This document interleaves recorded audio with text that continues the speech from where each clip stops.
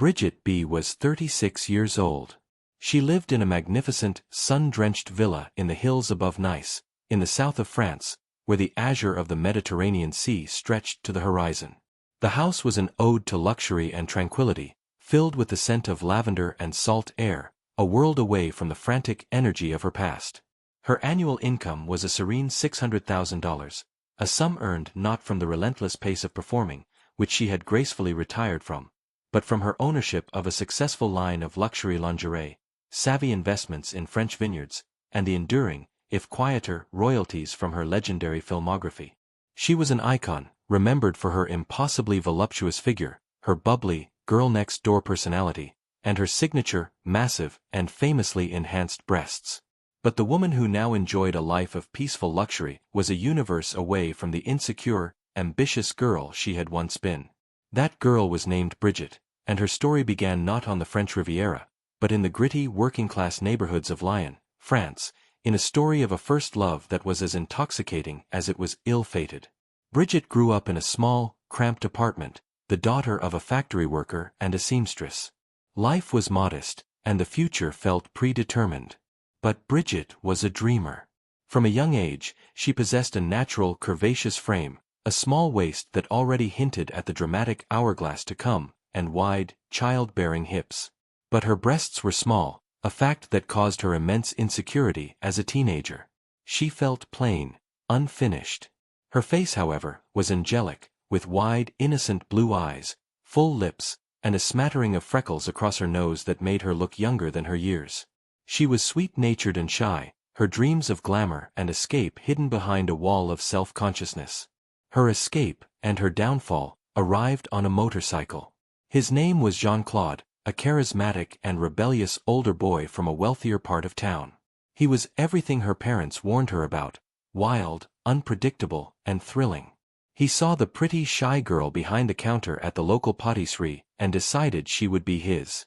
He swept her off her feet with a whirlwind of danger and romance. Midnight rides on his motorcycle, stolen kisses by the Rhone River, and promises of a life far away from the factories of Lyon.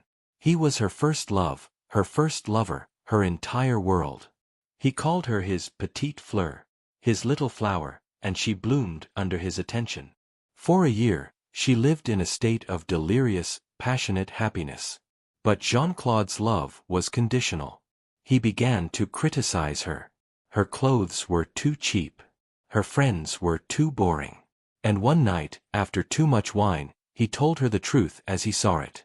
"You are pretty, Bridgette," he slurred, his eyes roaming over her body with a critical coldness that made her shiver. "But you have no presence. A woman should have curves. A woman should be noticed." He gestured vaguely at her chest. "You are a sapling, when you should be a ripe fruit." The words shattered her. The love she felt for him became tangled with a deep, agonizing inadequacy. She believed that to keep him, she had to become his fantasy. Using her meager savings from the pâtisserie and a small loan from a friend, she did the unthinkable. She traveled to a clinic in Switzerland and underwent breast augmentation surgery. The result was dramatic, shocking. She went from a modest B cup to a gargantuan, perfectly round double G cup. They were undeniably artificial, a statement of intent rather than an act of nature. When she returned to Lyon and revealed her new body to Jean-Claude, his reaction was not what she had dreamed of. He was thrilled, but in a possessive, boastful way. He saw her not as his petite fleur anymore, but as his trophy, his creation. He paraded her around his friends, his hands constantly on her new breasts, a constant reminder of why she had them. The love affair curdled. He became more controlling, more demanding. The final break came when he suggested she start modeling for certain magazines to help pay for his new business venture.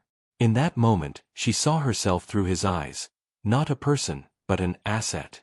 She was heartbroken, but also furious. She had mutilated her body for a man who saw her as a commodity. She ended it. With a broken heart and a body that no longer felt like her own, she made a radical decision. If her body was a commodity, she would be the one to control its market value. She would take the very feature Jean-Claude had demanded and turn it into her fortune. She moved to Paris and then to the United States, choosing the name Bridgette B, a slightly Americanized version of her own, with a single bold initial that echoed the dramatic statement of her silhouette. Her first professional adult film shoot in Miami was a surreal baptism. The director and crew were in awe. Her body was a spectacle, and she learned to perform with a bubbly, cheerful energy that masked the deep hurt inside. It was a role, and she played it perfectly. The paycheck for that first shoot was $10,000. As she held the check, a profound shift occurred. This wasn't blood money, it was a down payment on her freedom. Jean-Claude had wanted to sell her. She had just outsold him. The first part of her journey was a tragic lesson in using love as a mirror. The second would be about finding her own reflection and learning that her value was not in her measurements, but in the unshakable strength of the woman who carried them. Bridgette B's rise in the adult film industry was nothing short of meteoric. She became one of the most recognizable stars in the world, her name synonymous with a specific, hypervoluptuous fantasy. Her massive, augmented breasts were her brand, and she leveraged them with a surprising business savvy. She was prolific, working constantly, her girl-next-door face and cheerful demeanor providing a disarming contrast to her extreme physique. Directors loved her because she was professional, reliable, and brought a sense of fun to every set. The money was astronomical. She bought the villa in Nice, invested wisely, and built a life of incredible material comfort. She had achieved the glamour and escape she had dreamed of as a girl in Lyon. But living inside the Bridgette B persona was a complex psychological dance. The bubbly, ever-optimistic character she played on screen was a fortress she built to protect the still insecure Bridgette. She was adored by millions for her body, but she often wondered if anyone saw the woman inside. The shadow of Jean-Claude and the reason for her surgery was a ghost that haunted her private moments. She had relationships, but they often felt superficial, with men who were more fascinated by her celebrity and her body than by her mind or her heart. She was the fantasy, but she was lonely inside the dream. A pivotal moment came when she was invited to be a guest on a popular European talk show. The host, known for his intellectual and sometimes provocative interviews, surprised her. He didn't ask about her measurements or her favorite co-star. Instead, he looked at her with genuine curiosity and asked, "Bridgette, your image is one of exaggerated, almost cartoonish femininity. Do you ever feel that this persona obscures the intelligent woman you clearly are?" The question, asked with respect rather than judgment, disarmed her completely. For a moment, the bubbly mask slipped, and the real Bridgette, the thoughtful, wounded woman from Lyon, looked out from behind her blue eyes.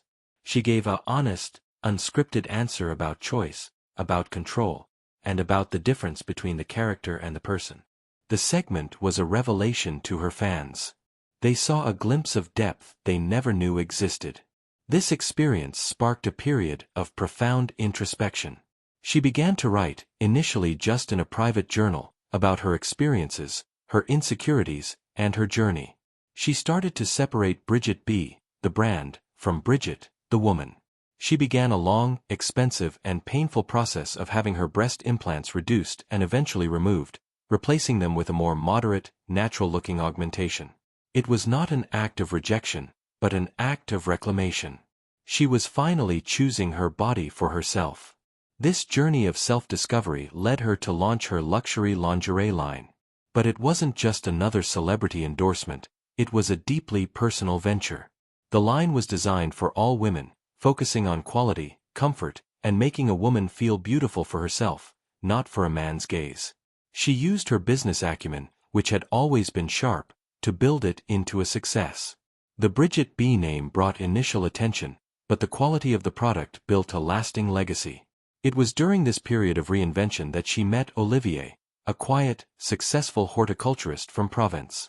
He was a friend of a friend, a man who knew nothing of her past.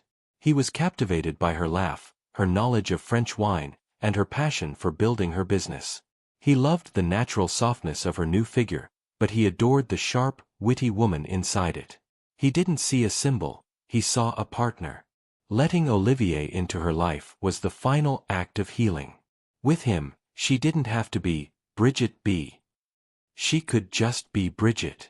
She could be vulnerable, she could be insecure, she could be smart and ambitious, and he loved all of it. He taught her about the patience of growing things, about the beauty of natural cycles, lessons that soothed her soul after a life in the frantic, artificial world of adult entertainment. Now, at 36, Bridgette B is a woman fully at peace. The villa in Nice is not just a symbol of success, but a home she shares with a man who loves her for who she is, not what she represents. The blue eyes that once held so much insecurity now sparkle with a calm, genuine joy. Her story is not one of a naive girl corrupted by a bad man, but of a woman who used the consequences of a painful lesson to build an empire, and then had the courage to tear down the walls of that empire to find her true self.